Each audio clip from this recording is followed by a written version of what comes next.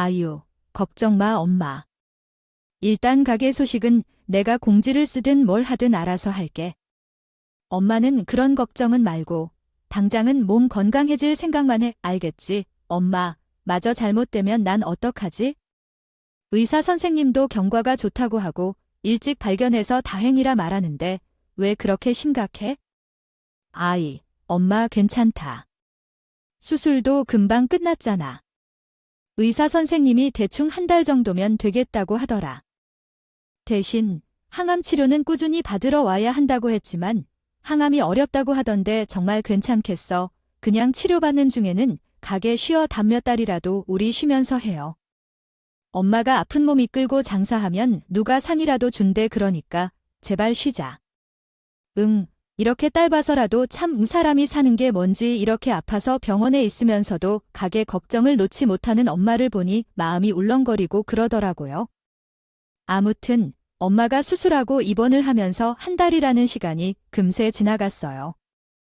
그리고 처음에는 항암을 하면서도 장사를 할 수 있다 자신하던 엄마도 실제로 치료에 들어가니 많이 힘들어하시고 괴로워하시더군요. 저는 옆에서 그 모습을 보다 못해서 그냥 제발 쉬자고 애원했고 엄마도 이번에는 제 의견을 받아들여줘서 그렇게 엄마는 겨우 가게를 쉬게 되었습니다. 그러자 문제가 생기기 시작하더군요. 몇 달이라는 시간 동안 엄마는 장사를 하지 못했고 장사를 못했으니 수익이 있을 리 마무했죠. 젊을 때 마련했던 노후 자금은 손대고 싶지 않다던 엄마는 아직 다 회복되지 않은 몸을 이끌고 장사를 하겠다고 다시 고집을 부리기 시작했고 전 그런 엄마를 그냥 놔둘 수 없었기에 당분간은 엄마를 도와 가게 일을 하기로 결심했습니다. 물론 남편에게도 이 말은 전했고요. 남편도 흔쾌히 저 알아서 하라며 말을 해주더군요. 그런데 왜 사람이 아프면 자잘한 일에 신경 쓰는 게 힘들다더니 엄마가 딱 그 케이스였어요. 몸이 아프고 자기 마음대로 안 움직여주니 평소보다 더 힘들어 하시는 게 눈에 보였는데 그걸 보고 저는 엄마에게 제가 차라리 가게 관리를 해야겠다고 했습니다. 엄마는 그저 요리에만 신경 써라 말했죠. 그러다가 제가 깜빡하고 월세를 딱 6일 밀렸던 적이 있었는데 남편이 엄마 가게에 찾아오더군요. 남편은 가게에 사람이 있든 말든 들어오자마자 큰 소리치기 시작했어요. 장모님, 왜 월세를 제때 안 내세요? 저 가족이라고 봐주고 그런 사람 아닙니다. 세상에 돈 계산은 제대로 하고 살아야죠. 안 그래요?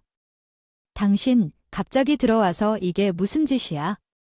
그리고 우리가 한 달을 빌려서 보름을 밀렸어. 겨우 6일 밀린 거 가지고 이렇게 찾아서 행패를 부려야 너도 사람이 그런 거 아니야? 뭘 움직이, 장사란 믿음이 바탕이 되어야 하는데.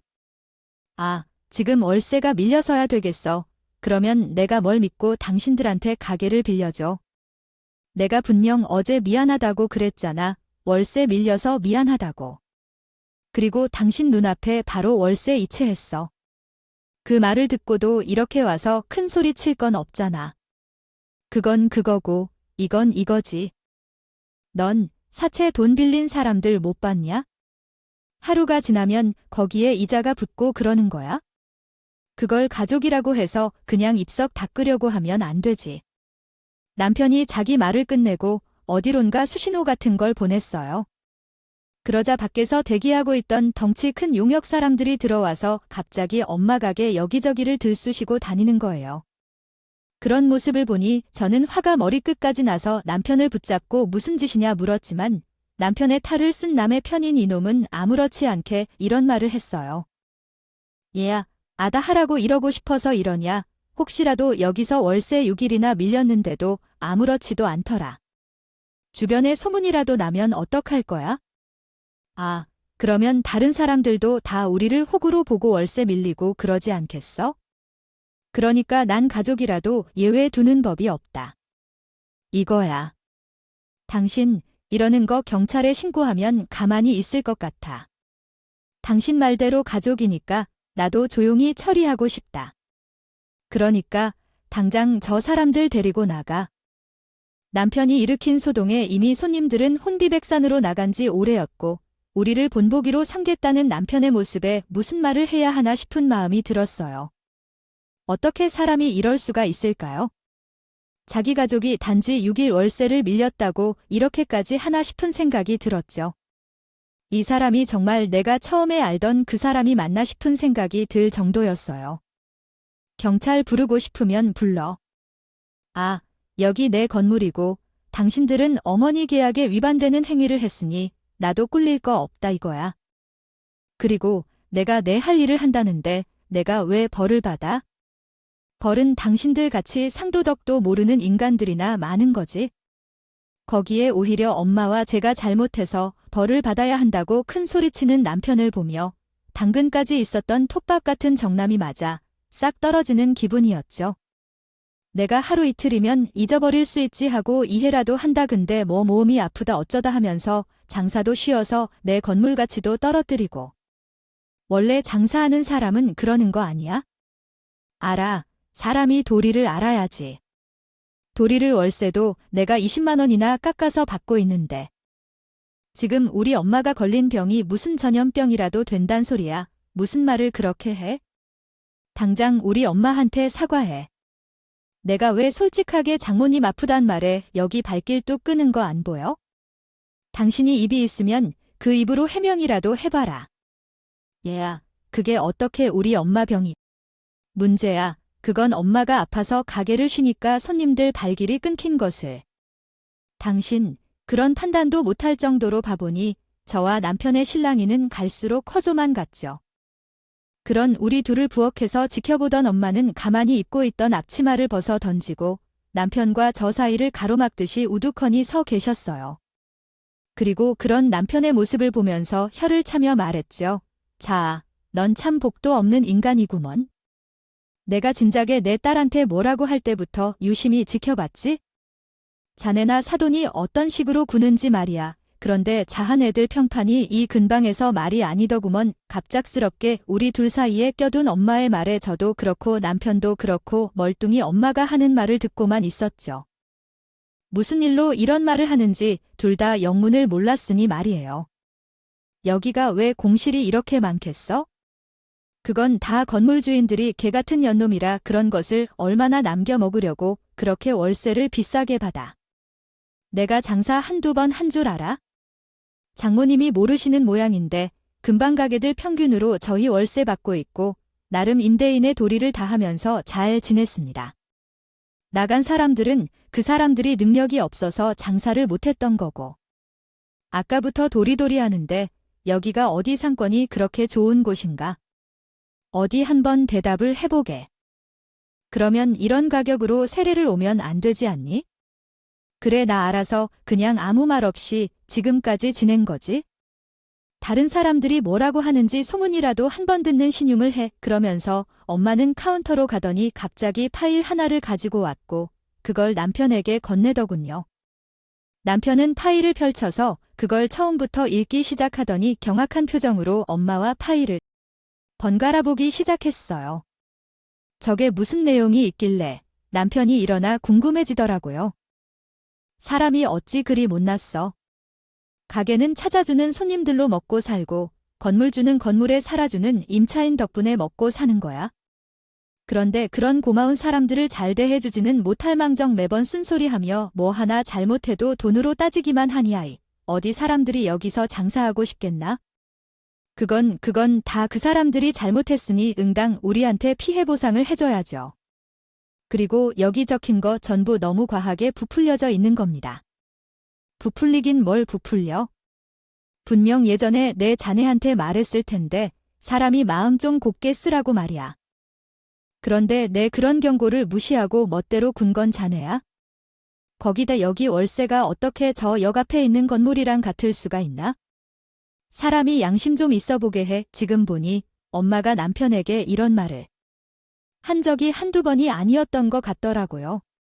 엄마는 분명 전에도 이런 이야기를 남편과 했던 모양인지 예전에도 경고를 한 적이 있다면 말했어요. 하지만 남편은 아무런 문제도 없는 것처럼 아주 뻔뻔한 표정으로 이렇게 말하더군요. 상권이라는 게 다 그런 거 아닙니까? 고작해야 여기에서 10분 거리밖에 안 됩니다. 10분 거리, 그 10분 차이가 어마무시하다는 걸 자네도 모르진 않을 텐데. 그리고 그 소식 못 들었나? 여기서 쫓겨난 사람들이야 역 근처에서 다시 장사 시작했다는 소식. 엄마 말을 듣고 보니 최근에 역 앞에 있는 건물에 예전에는 여기서 장사하시던 분들이 많이 보였던 게 떠올랐어요. 처음에는 그냥 더 상권이 좋은 곳으로 갔구나 싶었는데 사실은 그게 아니었던 거죠. 자넨 몰랐겠지만 그 상가 건물 내가 인수했네. 나도 이제 자네들 폐업 버티기가 도저히 힘들더라고. 나도 이젠 거기서 장사 다시 해볼까 싶어서 가게는 내 이번 달 내로 정리해주겠네. 그리고 내 딸이랑도 그냥 이혼하세. 당신들 같이 악마 같은 사람들 옆에 난 내 딸 못 두니까. 그날 이후 전 엄마와 함께 지내는 중입니다. 나중에 엄마한테 자세하게 듣기로는 시어머니와 남편의 폐악이 근방에서는 벌써 소문이 난 상태라고 하더군요. 엄마는 처음엔 제 시댁이고 하니 그 말을 믿지 않고 본인도 뒷수습을 하기 바빴다고 해요. 그런데 장사를 하면서 지켜보니 정말 가게를 운영하는 상인들에게 폐악을 부리는 모습을 종종 볼 수 있었다고. 그런 모습을 본 뒤로는 엄마도 처음에는 좋게 좋게 남편이나 시어머니를 붙잡고 설득했다고 합니다. 그런데 둘은 엄마를 가게나 하는 장사장이라며 엄마를 무시했고 이 말을 들은 이후에 젊은 시절부터 모아두었던 돈을 찾아서 역 근처의 작은 상가 건물을 매입하게 되었다고 하더군요. 그리고 여기서 쫓겨난 상인들은 우선으로 주변보다는 조금 저렴한 시세의 가게를 임대해주기 시작했다고. 이렇게 한 이유는 전부 시댁의 잘못으로 애꿎은 피해자가 늘지 않길 원해서라고 하셨죠. 그리고 엄마한테 아무리 모아두었던 돈으로 상가 건물을 샀다고 해도 돈이 한두 푼이 아닐 텐데 그 돈을 어떻게 마련하신 거냐 물었더니 상가 같은 경우에는 대출이 80%까지도 나온다고. 집을 담보로 대출을 받으셨다고 하더라고요. 그리고 역 앞에 있는 상가이다 보니 나중에 팔기도 편하다고요. 그럼 이자랑 원금은 어떻게 다 갚을 수 있다고요? 그나저나 네 의견도 안 물어보고내 결혼 이야기를 막 꺼내서 미안하다. 그런데 말이야, 도저히 그런 사람들 옆에 내 딸을 두고 싶지 않아요. 나에게 사과할 필요 없어요. 엄마, 왜 그게 엄마의 잘못인 것 같아요?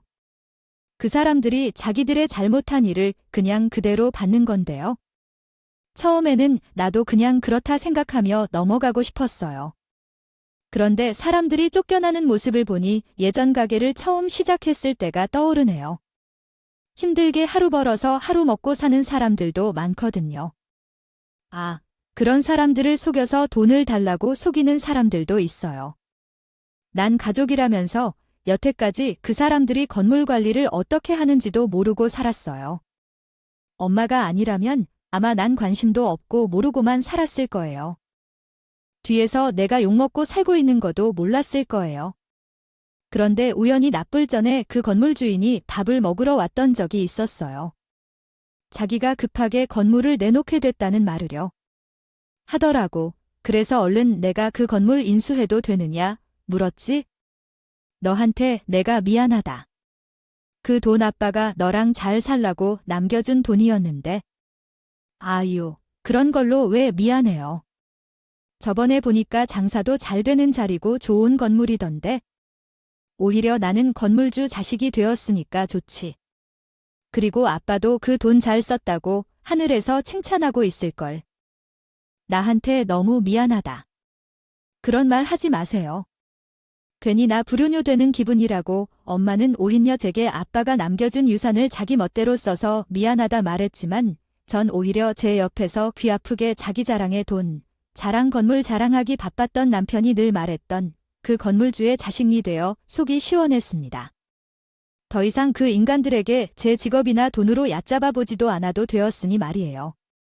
남편이라는 놈은 오히려 저랑 이혼 잘했다는 듯이 말하면서 헤어졌는데 전 천만다행이다. 잘 됐다 싶은 마음이 들었네요. 나중에 소식을 들어보니 결국엔 그 둘의 폐악이 주변에 전부 소문이 났는지 아무도 그 건물에 들어가고 싶지 않아서 쫄딱 망했다더군요. 자기들이 뿌린 대로 거둔 게 아닌가 싶습니다. 이혼 그래, 이혼해. 앞으로 내가 너 어떻게 사는지 딱 두고 본다. 아니, 너보다 내가 더 잘난 사람이니까 어떻게 내 앞에서 설설기는지 한번 두고 볼게. 그리고 나 너보다 훨씬 좋은 여자 찾아놨으니까 앞으로 나한테 연락도 하지 마라. 뭐 어쩌겠다는 거야? 반대로 이혼 당하게 되니까 정신 나갔니? 앞으로 내 앞길이나 잘 닦고 사시고요. 볼일 없었으면 좋겠다. 나도 그런데 말이에요. 지금부터 살짝 좀 웃긴 이야기를 해보자면요. 이렇게 저에게 자신있게 말했던 전 남편은 그 뒤로 얼마 안 가서 정말 망했다고 하더군요. 그리고 그 소식을 듣고 조금 지났을 무렵엔 갑자기 저를 찾아온 적도 있었어요. 그런데 그때 저랑 이혼을 해도 상관없다는 듯이 말했던 그 입으로 뻔뻔하게도 재결합을 입에 담는 것이 아니겠어요? 아니, 이게 무슨 봉창 두들기는 소리예요. 그쵸. 그래서 저도 그대로 전 남편에게 말해줬죠. 자기, 우리 헤어질 필요까진 없었잖아. 당신이랑 나는 잘 지내고 있었는데 하필 그 월세 문제 때문에 헤어진 거잖아. 가라니까 우리 다시 합치자. 애들도 있고 우린 정말 아무 문제도 없었잖아. 무슨 염치로 찾아와서 나한테 이러니? 왜 돈이 부족하기라도 해 듣자 하니? 너희 집 망했다며 대출이자 갚느라 노가다도 뛰어다닌다더니? 돈이 급하신가 봐 알고 있었어. 아, 그럼 이야기가 쉽겠네. 예정을 생각해서라도 나한테 더 필요 없고 딱 1억만 빌려주라. 응. 거기에 우리 재결합까지 하면 금상첨화고 예정 같은 소리 하고 있네. 그리고 내가 너 뭘 믿고 1억을 빌려줘 있던 거 다 말아먹고 노가다도 겨우에 서 있는 놈이 당장 나가 경찰 부르기 전에 당장 나가라고 그 입으로 재결합 말하는 내 모습. 부끄럽지도 않냐? 어때? 당신들이 말했던 그 밑바닥 인생 지금 잘 살고 있는 것 같은데 아주 꼴이 좋아? 무슨 말을 그렇게 해? 아, 나 당신 남편이었잖아. 우리 얼마나 서로 부대끼고 살았는데 그렇게 무질게 말하냐? 애들 아빠한테 너란 놈 정말 미쳤구나. 당장 내 눈앞에서 사라져. 안 그러면 나도 이후로 어떻게 할지 모르겠으니까. 그리고 전 남편과 함께 패악을 부렸던 시어머니 있죠. 그 사람은 어떻게 됐는지 궁금하지 않을 수 없었어요. 처음에는 저도 그 둘에게 전혀 관심을 가지고 싶지 않았어요. 엄마에게 어떻게 했는지, 나한테 어떤 행동을 했는지 다 기억하고 있었으니 말이에요. 거기에 저와 이혼한 전 남편에게 새로운 여자라며 어디 좀 괜찮은 여자를 데려왔다는 소문도 있었고 말이에요. 비록 그 결말은 비참했지만요. 이전 시어머니는 정말 대단히 욕심이 많은 사람이더군요. 그렇게 건물 하나를 말아먹고도 자기는 다시 일어설 수 있다면서 이전 자기 건물에 채들어서 가게를 하던 사람들을 하나씩 찾아와서 이제 자기가 다시 건물을 살 건데 거기서 좋은 가격에 가게 홍보를 하고 다니지 뭐예요. 참 어이가 없는 사람이죠. 그 사실에 제가 어떻게 알았냐면 제가 직접 우리 집 건물로 찾아와서 빌고 사정하는 모습을 두 눈으로 목격했거든요. 아이고 선생님들, 저번에 내가 그렇게 행동해서 속이 많이 좋지 않았죠. 그때 제가 왜 그랬는지 모르겠어요. 그땐 잠시 내가 정신이 나갔었나 봐. 그보다 말이에요. 제가 이번에 건물 하나 타시면 매입하려고 하거든요. 아니, 그때 그렇게 대할 때는 언제고? 아, 이제 찾아와서 또 그 얘기를 왜 꺼내요? 그냥 가세요. 가 아이 참. 그러지 말고 내 말을 좀 들어보시라니까요. 정말 괜찮은 자리에 건물 하나 딱 받은 게 있다니까. 아, 여기 이런 허름한 건물 말고 내 건물로 와서 장사하세요. 내가 그때 그렇게 대한 거 미안하니까 잘 해줄게. 참나, 당신 망한 거에 근방에 짝 소문이 나 있는데 그걸 내가 왜 믿어? 그리고 사람 본성이 어디 가나? 여기서 나한테 이러지 말고 다른 지역 가서 알아보세요. 거기 소금 좀 가져와서 입구에 뿌려라. 지금 왜 사람한테 소금을 뿌리고 난리야? 하기 싫으면 말하라. 내가 잘 되고 나서 배 아프다고 찾아오지나 말라고. 못 본 꼴을 본 것 같아서 그날은 저도 집에서 가게 사장님처럼 소금을 뿌렸죠. 정말 웃기지 않나요? 사람이 어쩜 저렇게 뻔뻔하고 오만할 수 있는지.